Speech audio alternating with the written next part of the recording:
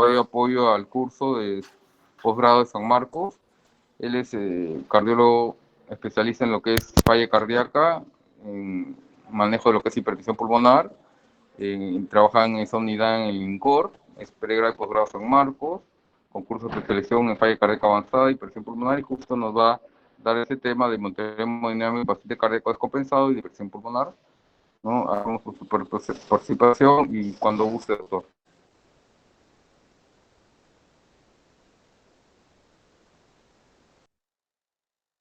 Lo escuchamos.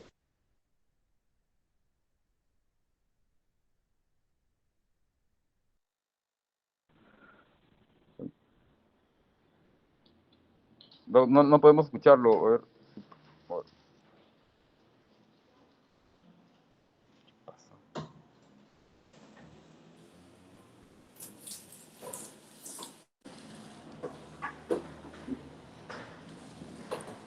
Le voy a mandar un mensaje.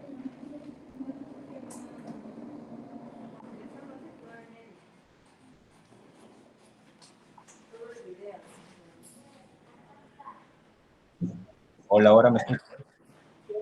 Hola, hola. Sí, doctor, ahora lo escuchamos. Ya déjame ver si me pongo los audífonos para... No debería haber problema. ¿Ahora me siguen escuchando? Sí, doctor, lo escuchamos, fuerte y claro. Ya, listo. Muy bien, entonces han cambiado las cifras del límite para considerar presión pulmonar normal. Eso seguro que ya lo saben. Acá están el límite a la izquierda de la presión pulmonar normal, siempre hablando de la presión media, que ahora es hasta 20, antes era hasta 25, y por una convención se considera preservar el término de presión capilar normal de 15 para abajo. De manera que si yo tengo un paciente con un capilar en 10 y una media pulmonar en 18, primero diré que la presión pulmonar es normal, el capilar es normal, y si yo analizo la diferencia entre la presión media pulmonar y el capilar, tendré el gradiente transpulmonar, que si es menor de 12 es considerado normal. Sin embargo, si yo tengo una elevación del capilar, que antes estaba en 10 y ahora en 18, esto me va a conllevar una elevación consecuente de la presión pulmonar. Y esto es, digamos, lo que antes se consideraba como una elevación por consecuencia o pasiva. Si eleva el capilar, eleva la presión pulmonar, pero si ustedes notan, el gradiente transpulmonar 28 menos 18 sigue siendo 10, menor de 12, y por lo tanto es normal, y la resistencia pulmonar también es normal. Esto es lo característico de la hipertensión pulmonar asociada a enfermedad cardíaca izquierda, pero evidentemente no es permanente, porque si no manejo o no controlo la hipertensión pulmonar ahora con fármacos, que ya sabemos que efectos como sacubitril, valsartán y los ISGLT2 remodelan el ventrículo izquierdo y pueden bajar el capilar y pueden bajar la presión pulmonar. Si no utilizo fármacos en general para la insuficiencia cardíaca, pues esta vasoconstricción se va a dar y va a hacer que esa elevación sea mucho mayor, siendo el capilar todavía alto, pero la presión pulmonar por encima de este valor en una diferencia de más de 12, 38 menos 18, entonces ya hablamos de una gradiente transpulmonar elevada de más de 12, y muy probablemente esto se asocia a una resistencia vascular pulmonar elevada. Sobre eso es lo que vamos a hablar. Cuando hagan el monitoreo hemodinámico, ustedes van a poder ver las ondas de esta manera. Acá tengo la presión capilar, las variantes respiratorias, y cuando dejo de inflar el balón, pues voy a tener las presiones de la arteria pulmonar. Tengo la presión media, tengo la presión sistólica, la diastólica, y en base a eso yo voy a poder obtener las diferentes variables, como la gradiente transpulmonar, la diastólica pulmonar, que ya no se usa mucho, y con ello yo puedo calcular la gradiente transpulmonar entre el gasto cardíaco y obtengo la resistencia vascular pulmonar como una de las medidas más sencillas de valorar la poscarga del ventrículo derecho. Entonces, si nosotros queremos asumir que la presión pulmonar y el monitoreo hemodinámico se tiene que hacer a través de un catéter, pues porque invasivamente es la manera más precisa de hacerlo, en realidad la pregunta acá para responder si es que el monitoreo con Swan-Ganz o en general el monitoreo hemodinámico invasivo es el método ideal, sí va a ser de esa manera, pero para ello es indispensable que primero podamos nosotros tener cierta homogeneidad en la medida. Porque si yo no mido en el mismo parámetro, con los mismos criterios, las presiones, como lo vamos a ver más adelante, entonces yo voy a obtener capilares de 10, capilares de 20 en 6 horas, capilares de 15 en 2 horas. De esa manera nadie puede entender que el capilar varíe tanto. De repente es una cuestión de la precisión en la que yo lo vaya a medir. Y evidentemente tengo que saber primero la posición en la que está mi catéter. Yo puedo poner el Swan-Ganz en la UCI, puedo hacer las medidas, pero esas medidas quedan solamente pendientes hasta saber si las placas o la posición del catéter está bien. Viendo las ondas, yo puedo notar cómo acá, por ejemplo, tienen una onda pulmonar que se parece a la onda arterial cuando ponen una línea periférica, en una línea arterial periférica. Ustedes ven la onda dícrota, esta es la onda normal. La arteria pulmonar tiene una onda similar a la de la aorta. Acá tienen una onda, por ejemplo, que está dampeada, que ustedes ya muy bien saben, cuando la línea arterial tiene mucho tiempo, ya pierde la precisión, ya no se ve la onda dícrota, o comienzan a ver espigas delgadas como estas que nos hablan de un sobreacuñamiento de la presión pulmonar, y eso significa que el catéter está sobreacuñado. ¿Ya? Entonces, eso es importante considerar. Otra cosa que debemos también ver con anticipación es el predecir el patrón hemodinámico que debemos esperar. ¿Qué significa esto? Significa que si yo tengo, por ejemplo, un ecocardio en paraesternal eje corto y yo veo el corazón así, si ustedes reconocen, acá está el ventrículo izquierdo en una D, todo esto es el ventrículo derecho y acá tienen el espacio pericárdico. Entonces yo con esto yo puedo predecir cuánto será mi monitoreo hemodinámico en relación al capilar. Pero si yo obtengo un monitoreo hemodinámico como este, en donde el capilar me sale en 40, la presión pulmonar me sale en más de 120, pero miren, la presión capilar está en 40, entonces hay algo que está mal. Esta eco difícilmente me va a dar un capilar arriba de 15. Puede darse, pero no sería lo más frecuente.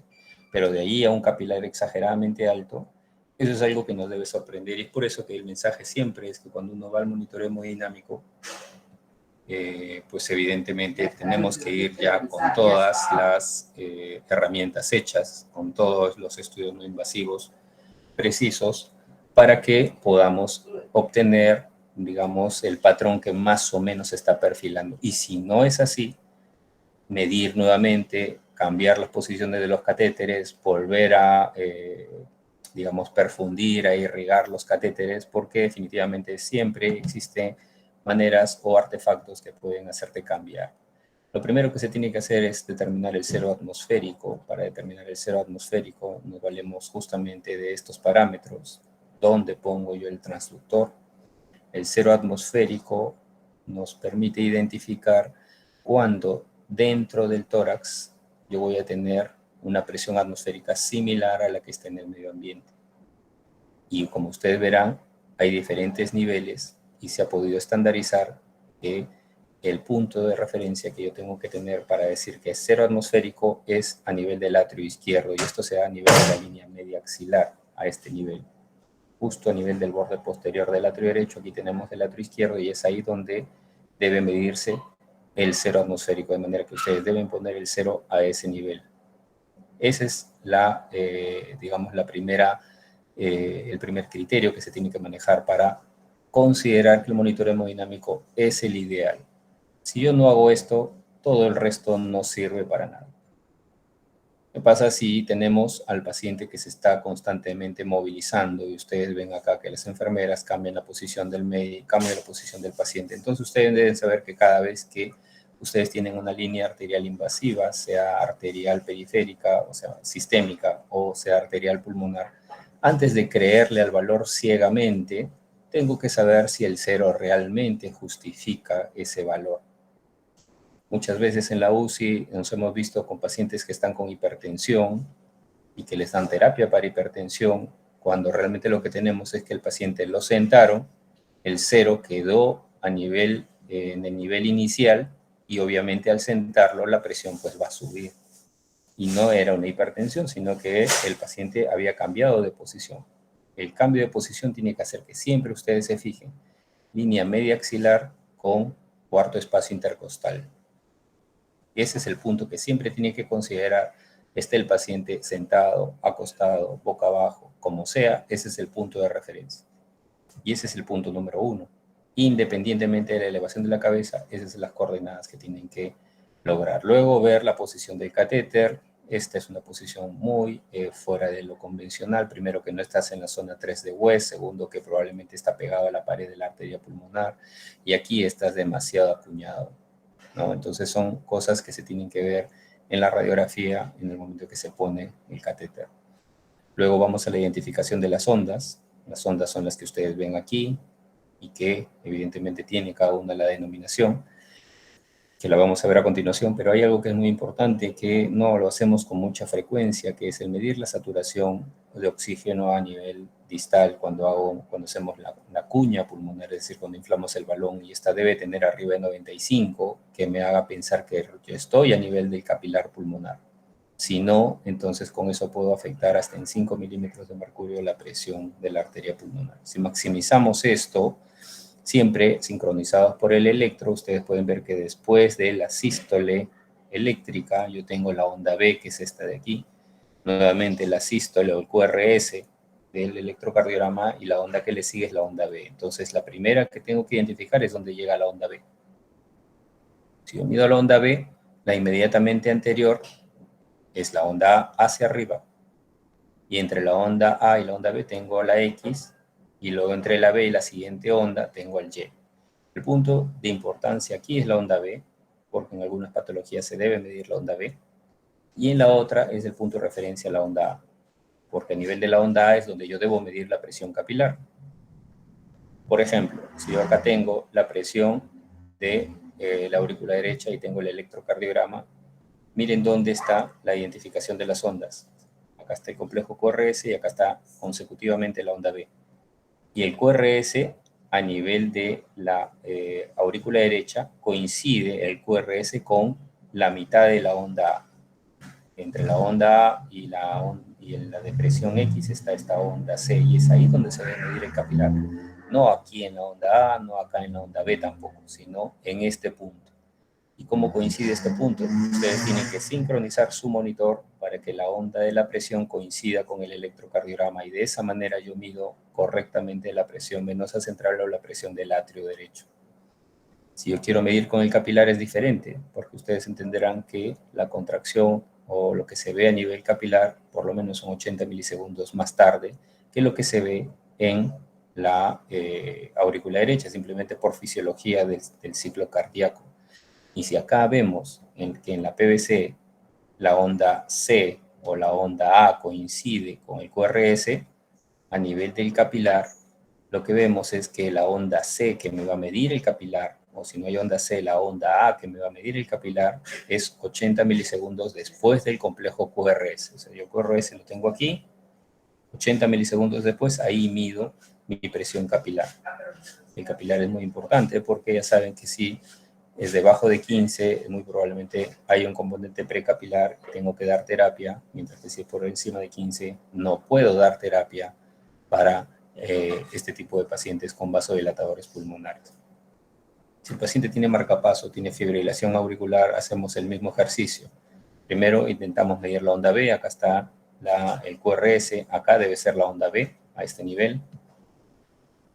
Y bueno, en este caso es el intervalo que se recomienda entre 120 hasta 150 milisegundos después del QRS. Aquí es donde tengo que medir el punto para medir la presión capilar. Entonces lo primero es el 0, segundo, identificar las ondas, tercero es identificar el ciclo respiratorio. Pacientes obesos, pacientes con EPOC, evidentemente van a tener este tipo de curva. Siempre hablamos con los residentes aquí, cuando el paciente inspira, la presión se hace negativa y cae. Cuando el paciente expira, la presión se hace positiva y sube. Y van a tener esto: inspiración, expiración, inspiración, expiración. Esto en ventilación espontánea, porque cuando es en ventilación mecánica es al revés. Como ustedes saben, el ventilador mecánico te da presión inspiratoria positiva, porque la máquina te lo da. Allí sería expiración, inspiración, expiración, inspiración. Entonces, ahí es diferente cuando el paciente está en ventilación mecánica. La pregunta es acá, entonces, ¿cuál es la presión capilar? Si yo considero esta, miren, el capilar sale en 4 y la resistencia sale en 8. Por otro lado, si yo considero el D, por ejemplo, la presión capilar ya no es 4, es 27 y mi resistencia sale normal. De ahí la importancia de poder medir bien, no solo identificar la onda del ciclo cardíaco, esta que está aquí, la onda A, la onda C, la onda B, sino también ver bien el momento coincidentemente con el ciclo respiratorio. ¿Cuál es la que se recomienda que debe ser? Es la E.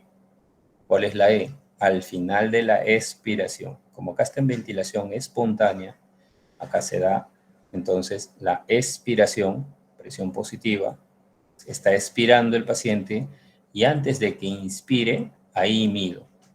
Por lo tanto, el capilar de este paciente es 23 y mi resistencia es de 3. Si ustedes le hacen caso al valor promedio que te da la máquina, nunca va a ser exacto. El C es el valor promedio que te da la máquina y el C te dice que es 18 cuando el valor real es 23. Y mira la diferencia que te da y el error que te induce a pensar cuando no miden adecuadamente la presión capilar. Muy bien, entonces el valor de la presión capilar aquí es siempre al final de la expiración. ¿Qué pasa si el paciente estuviera en ventilación mecánica? Sería antes de la inspiración. El paciente está expirando y antes de inspirar, entonces sería aquí. Sería el punto A, si el paciente está en ventilación mecánica. Entonces, esto generalmente es lo que se pregunta en hemodinamia. Dime la presión capilar, te pone la gráfica y tú tienes que decir A, B, C, D o E. La pregunta tiene que ser en ventilación espontánea o en ventilación asistida y con eso dan la respuesta. ¿Qué pasa con este paciente joven, dilatado no isquémico, con baja fracción de eyección, ventrículo dilatado, ventrículo derecho también afectado, una cava que está reventando, que tiene valvulopatía severa con hipertensión pulmonar? Una terapia bastante pobre en realidad, 25% de dosis de beta bloqueo, 25% de dosis de IECAS, no recibe nada más y que múltiples veces va a emergencia. Seguro que ven ustedes muchos a estos pacientes y que está en clase funcional 3. A veces minimizamos la clase funcional 3. La clase funcional 3 ya es un Intermax, o 5, 6 o 7. Entonces eso ya es considerado de alto riesgo. Una clase funcional 3 no es tolerable, no debería ser permisible y les debería obligar a ustedes a hacer algo más por ese paciente. Incluso algunos en clase funcional 2. Pero bueno, eso ya se verá después. Había ingresado nuevamente descompensado. Para esto tenemos que entender entonces para qué nos sirve el monitoreo hemodinámico. Primero que nos va a decir cómo va el paciente, cómo va la historia natural. Si el paciente es recurrente y refractario, probablemente el trasplante cardíaco sea lo más útil y aquí el monitoreo hemodinámico me va a dar información sobre la vasoreactividad pretransplante. En falla cardíaca también me va a permitir ver si es que el paciente realmente tiene un bajo gasto que necesite ser evaluado. Nos va a evaluar si es que la congestión es real o no. Cuando tiene elevado el capilar y tiene elevado el atrio derecho, hablamos de un match. Pero ¿qué tal si tiene elevado el capilar en extremo y la aurícula derecha está normal? Ahí hablamos de un mismatch izquierdo, que no es tan malo. El malo es cuando tengo elevado exageradamente la aurícula derecha, 20, y el capilar, por ejemplo, 16 o 17. ¿Qué significa? Que hay un mismatch derecho, y este es el de peor pronóstico. Cuando el ventrículo derecho manda, ese es el peor pronóstico. Y evidentemente, pues, para saber qué tipo de patrón hemodinámico de hipertensión pulmonar tiene. Estas son las utilidades que tengo que resolver cuando hago el monitoreo hemodinámico. Y si ya me salgo de la falla cardíaca izquierda y voy a la hipertensión arterial pulmonar, utilidades diagnóstico y reactividad, que lo vamos a ver después. Vamos a ver entonces este primer asunto en este paciente de 30 años que llega múltiples veces a emergencia. Miren el cateterismo cardíaco taquicárdico. ¿Qué es lo más importante de un cateterismo cardíaco? No el gasto cardíaco, las presiones de llenado. 21 de atrio derecho, ¿se acuerdan que la cava estaba muy dilatada? Y el capilar que está en 30. ¿Qué sería esto? ¿Algún mismatch o un match? Es un match. Elevada la aurícula derecha y elevado el capilar. Entonces, el paciente ya está con inotrópicos, se han mandado a ponerle vasodilatadores, pero acá lo que tenemos que manejar es, después de que ya hemos manejado un poco el gasto cardíaco, porque miren, el gasto cardíaco no está mal, tenemos que manejar las presiones de llenado, diuréticos. Acá lo importante es ver esta diferencia entre la diastólica de la aorta y la aurícula derecha. Eso me da la gradiente de perfusión del ventrículo derecho. Si esta es menor de 45, ese ventrículo derecho va a claudicar. Acá tienes 41, por lo tanto, ¿cómo voy a hacer? Tengo que bajar la presión del atrio derecho. Diuréticos tiene que recibir el paciente. Y lo otro es la gradiente transpulmonar, como les dije, ¿no? Media de la arteria pulmonar con capilar, 20 de gradiente transpulmonar, hay una hipertensión pulmonar postcapilar y también precapilar por el incremento de la gradiente transpulmonar. Entonces, tengo que dar terapia para aliviar la congestión y luego de eso definir realmente si mi paciente tiene qué tipo de presión o de hipertensión pulmonar. Cuando está descompensado, el cateterismo cardíaco es solo de utilidad relativa, no para definir pronóstico. Evidentemente hay que tratar de compensarlo. Y buscar vasorreactividad, porque cuando hablamos de un paciente en falla izquierda necesitamos ciertos objetivos, que no son estos objetivos que ustedes conocen aquí, que es para los pacientes con hipertensión arterial pulmonar de algunos tipos, donde tenemos estos criterios. Para la falla izquierda es otro tipo de vasorreactividad. La vasorreactividad es la que ustedes ven aquí. Debo lograr la resistencia debajo de 2,5 Woods, transpulmonar de 12, presión sistólica pulmonar menor de 50, por lo menos 2 de 3. Y de acuerdo a eso, yo diré, el paciente está digamos, preparado por un trasplante cardíaco o para una asistencia ventricular izquierda, que ahora se está colocando en la institución, por ahora con dispositivos temporales, ¿ya? Entonces, para esto es importante la vasorreactividad, porque si no, sea después del trasplante o sea después de la asistencia ventricular izquierda, el paciente me va a hacer falla derecha y se va a convertir en una catástrofe. Entonces, tengo que lograr estos objetivos con la vasorreactividad. En los valvulares es diferente. Tengo que lograr los objetivos, pero hacia otra meta. Y no necesariamente cumplir estas metas que están acá. También lo vamos a ver más adelante. ¿Cómo lo hago?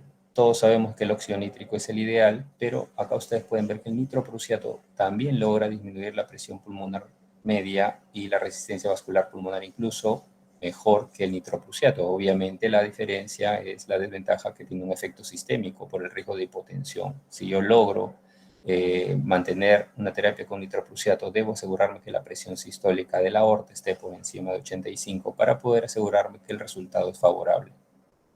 Y una vez que yo tengo estos valores en estos niveles y aún así la resistencia está elevada, se ha podido observar que el agregar sildenafil, esto es algo totalmente anecdótico porque lo ideal sería poner óxido nítrico, pero se ha podido ver que el sildenafilo por vía oral, incluso lo hemos utilizado por vía sublingual, logra aún más bajar la resistencia vascular pulmonar y como ustedes ven, se están dando cuenta, toda mi intención se va hacia dirigir que ese paciente logre que la resistencia pulmonar esté debajo de 2,5. ¿Cómo lo hacemos? Miren, ya habíamos visto estos valores, se le dio terapia con diuréticos y lo que logramos fue esto.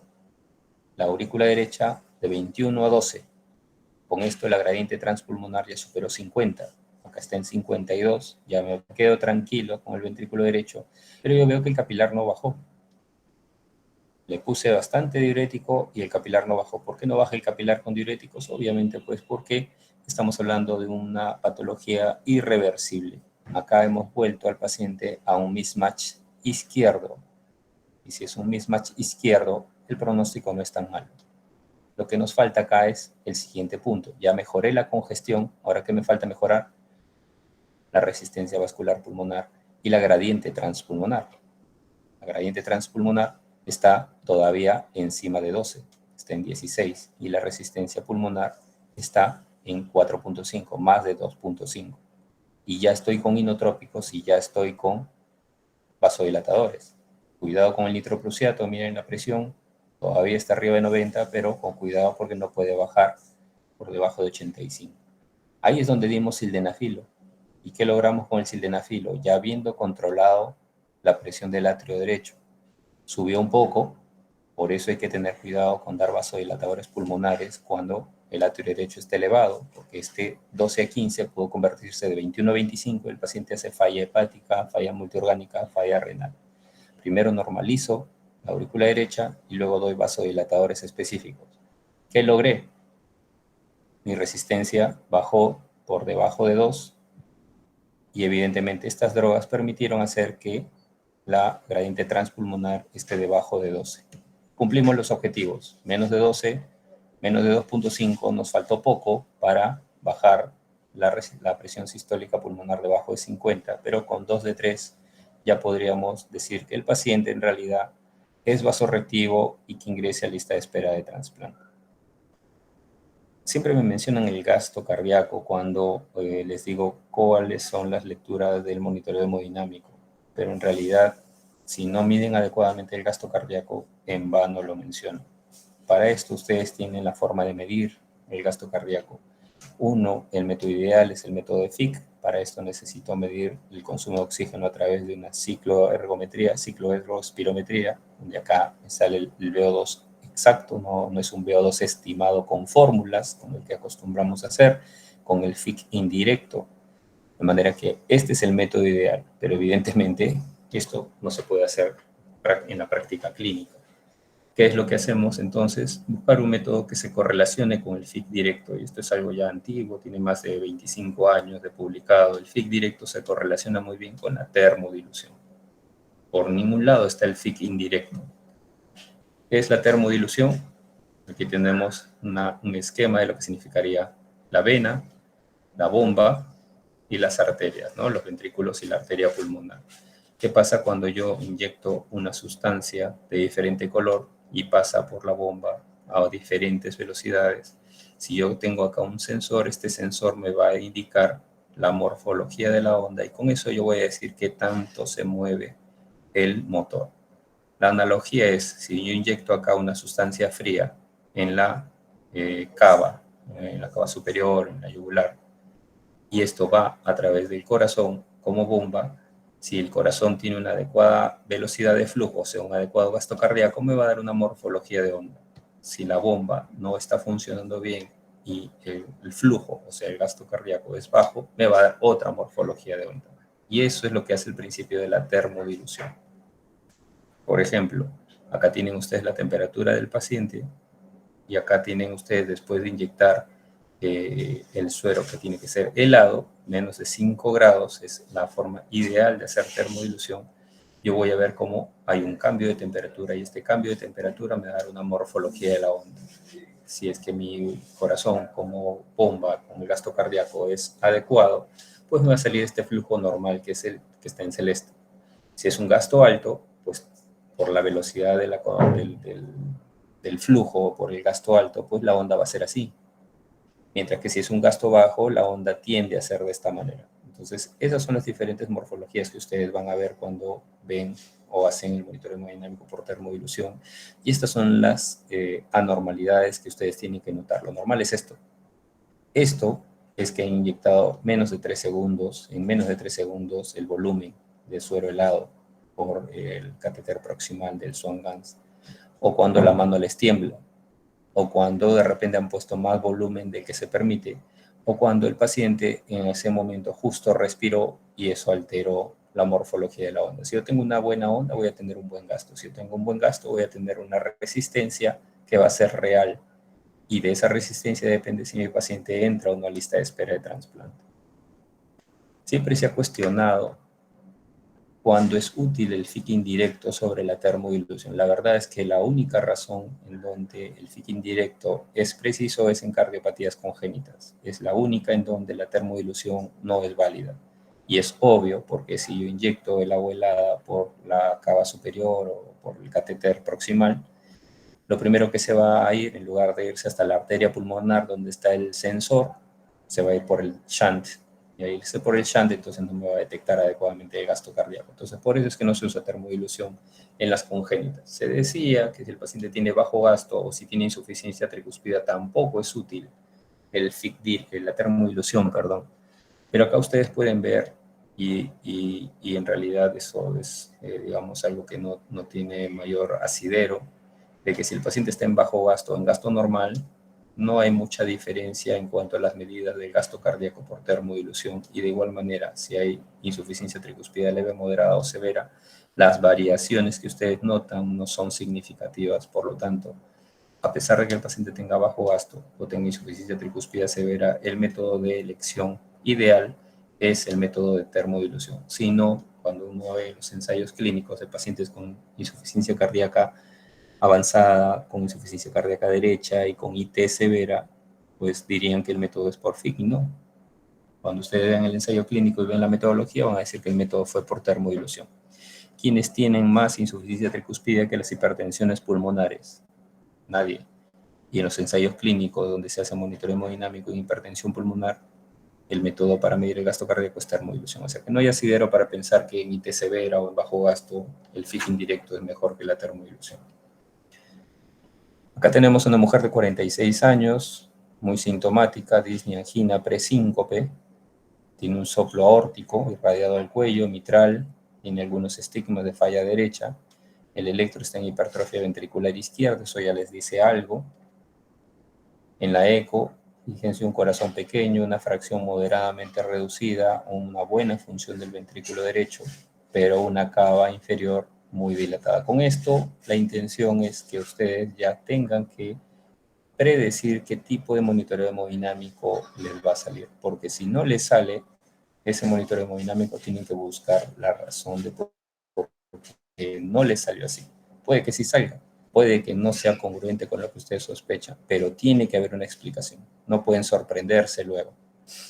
Y encima tiene una velocidad de la aorta muy elevada, tiene insuficiencia aórtica moderada y mitral severa y presión pulmonar elevada también. Y encima tiene notch en arteria pulmonar.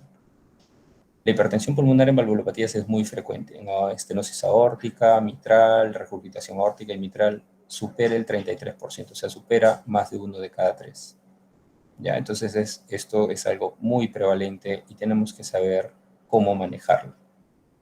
¿Qué implicancia tiene la hipertensión pulmonar en la estenosis aórtica? Miren, dependiendo del patrón hemodinámico que tenemos la mortalidad. Si no hay hipertensión pulmonar, la mortalidad es inferior a los otros tipos de hipertensión pulmonar. Eso no quiere decir que no se deba tratar la estenosis aórtica. La estenosis aórtica, como las otras valvulopatías, se deben tratar aún haya hipertensión pulmonar, independientemente de la severidad. Pero lo que no se puede negar es que el paciente tiene más riesgo de mortalidad, y eso es algo que el paciente tiene que saber.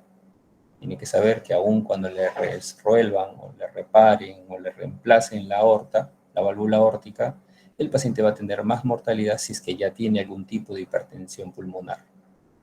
Entonces, simplemente es una cuestión de saber los riesgos a los que está expuesto, pero no quiere decir que no se vaya a hacer. De igual manera, en cirugía mitral, tienen acá dos grupos. El grupo 1, que no tiene mucha resistencia vascular pulmonar, ustedes ven, las tendinas, saben que 80 dinas equivale a una unidad Wood, entonces acá más o menos estamos en 9,5, 10 dinas, acá tenemos casi 5 dinas, mientras que el otro grupo 2 tiene resistencias pulmonares mucho más elevadas. Y miren cómo en el preoperatorio hasta el posoperatorio siempre caen las resistencias. Obviamente caen mucho más en aquellos que no tienen tan alta la resistencia previo a la cirugía, pero luego siempre tiende a caer, ¿ya? Pero aún así, aún operándose, el paciente que tiene hipertensión postcapilar aislada, la mortalidad es como 5, y el que tiene pre y post, la mortalidad es casi más de 5 veces el riesgo de muerte. ¿Quita esto la chance de que el paciente sea quirúrgico? No, pero sí nos obliga a preparar al paciente para evitar esta alta tasa de mortalidad. Tenemos que preparar al paciente. Por eso es que en el último consenso, que ya tiene bastante tiempo hasta la fecha, dice de que en cirugía, en valvulopatías y que vayan a ser quirúrgicos con hipertensión pulmonar, la idea es optimizar la terapia para evitar la crisis de hipertensión pulmonar postquirúrgica o la falla de ventrículo derecho postquirúrgica, pero no dice que no se deba operar. La vasorreactividad en estos casos, en realidad, como tal, vasorreactividad es solo para pacientes en espera de trasplante. Para los que tienen valvulopatías, la idea es optimizar la terapia, pero no hay un punto de corte que diga, si bajo debajo de esto, lo opero, y si no bajo por debajo de este nivel, no lo opero. No. Esto es algo que debe optimizarse, pero el paciente sigue siendo quirúrgico. Para ello, evidentemente, necesita un buen grupo quirúrgico, una buena UCI postquirúrgica. Por ejemplo, miren esta paciente que es bastante anecdótica y siempre la repito, es la que les dije, ¿no? La jovencita que tenía una prótesis aórtica. Miren cómo llega, 103 de presión aórtica sistémica y 104 de presión aórtica pulmonar. La aurícula derecha muy elevada, el capilar muy elevado, el gasto cardíaco muy disminuido y, bueno, la resistencia vascular pulmonar tremendamente elevada. Nuevamente los primeros parámetros, presión de atrio derecho, presión o gradiente o presión de perfusión del ventrículo derecho, 66 menos 23. Esto es aproximadamente 43, es decir, está en riesgo el ventrículo derecho y yo lo que tengo que hacer es aumento la presión de la aorta o bajo la presión del atrio derecho, que es lo más sencillo hasta cierto nivel, bajar la presión del atrio derecho. Y eso es lo que se hizo. Diuréticos, más inotrópicos, y el atrio derecho, miren cuánto nos tomó. 2 semanas para lograr que esa aurícula derecha baje a 11. Ya con 11 yo puedo decir que la gradiente transpulmonar aquí, 57, perdón, la presión de perfusión del ventrículo derecho, 57 menos 11 es 46, ya es algo más deseable para el manejo del paciente. Vemos que la presión pulmonar sigue siendo alta, 106, la presión de la aorta 95, entonces estamos hablando de una hipertensión pulmonar suprasistémica y la paciente tiene disfunción de prótesis aórtica, insuficiencia mitral, insuficiencia tricuspidea. Miren cómo está el capilar. ¿Ustedes creen que el capilar va a bajar con diuréticos con todas estas patologías? De ninguna manera, pero la aurícula derecha sí. El objetivo es justamente esto, volver al paciente a normalizar el atrio derecho y el capilar, pero si no se puede, aunque sea normalizo el atrio derecho y el capilar tiene su explicación de por qué no baja. En el anterior era por disfunción ventricular, acá es por enfermedad triple valvular. Nunca va a bajar ese capilar hasta que lo operen. Y por eso es que no le puedo dar sildenafilo acá, porque el paciente tiene capilar muy alto. Si le doy sildenafilo me puede provocar edema pulmonar. Entonces, lo más importante acá es definir si el paciente es quirúrgico o no. Para ello, yo diría que todavía necesito bajar un poco más las presiones. Entonces vamos a ver qué es lo que se hizo acá. Ya se tranquilizó un poco acá en cuanto a la presión de perfusión del lado derecho. Aumenté el inotrópico, a ver si con aumentar el inotrópico algo resulta.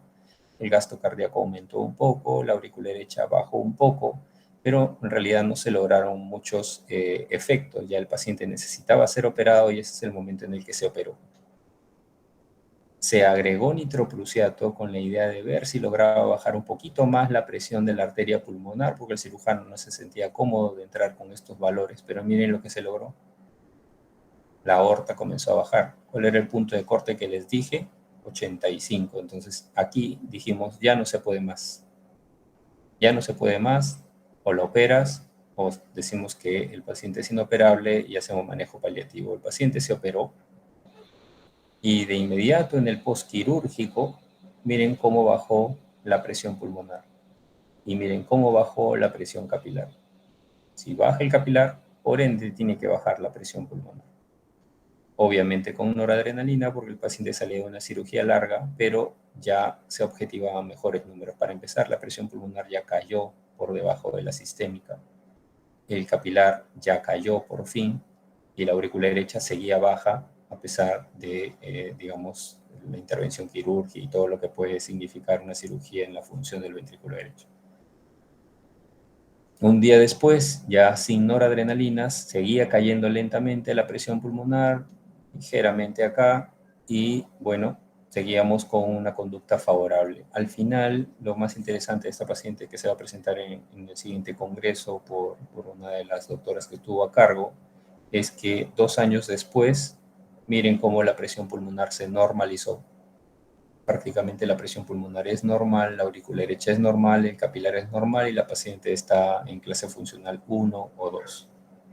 Eso es lo importante de definir un paciente y si no se puede definir, enviar a los centros de referencia para poder hacer este manejo de presiones que optimicen la hemodinámica para que vayan a una cirugía eficaz y esa cirugía eficaz termine con resolver el problema. No todos van a tener este resultado tan deseado, pero es muy importante tener esas prerrogativas para poder definir. Entonces, logramos normalizar las presiones. ¿Qué pasa con esta jovencita de 24 años, Disney presíncope, después de una segunda gestación? Esto es algo muy típico. Paciente que después de una gestación hace Disney presíncope, alta probabilidad de falla del lado derecho. Miren, soplos del lado derecho, pedos incrementados, falla derecha, edema. Y en el electro, hipertrofia ventrículo derecho con eje a la derecha. ¿Qué se esperan ustedes de la eco? Obviamente un ventrículo izquierdo aceptable y una función derecha totalmente deprimida. Una cava que nos indica que la presión del lado derecho está muy alto, que se corrobora con la ingurgitación yugular, y la IT severa con presión pulmonar elevada y notch mesosistólico, que es pasipatognomónico de resistencia vascular pulmonar elevada. Si esto era lo normal, en este caso no se eleva el capilar, porque el problema no está en el lado izquierdo, pero sí se eleva la presión media de la pulmonar, la gradiente transpulmonar está muy superior a 12 y por ende la resistencia pulmonar también va a estar alta. Esto es lo característico de la hipertensión pulmonar precapilar. ¿Quién tiene presión pulmonar, hipertensión pulmonar precapilar? Pues el grupo 1 de la hipertensión pulmonar, la hipertensión arterial pulmonar, es el grupo 1 de la hipertensión pulmonar, pero también la tromboembólica y obviamente la hipertensión pulmonar asociado a enfermedades respiratorias.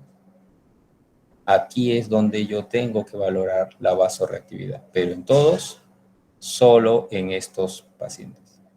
¿Por qué solo en estos pacientes? Miren, la línea punteada es la vasorreactividad aguda en el momento que uno hace el cateterismo cardíaco. La línea sólida es la vasorreactividad que uno espera tener en el seguimiento.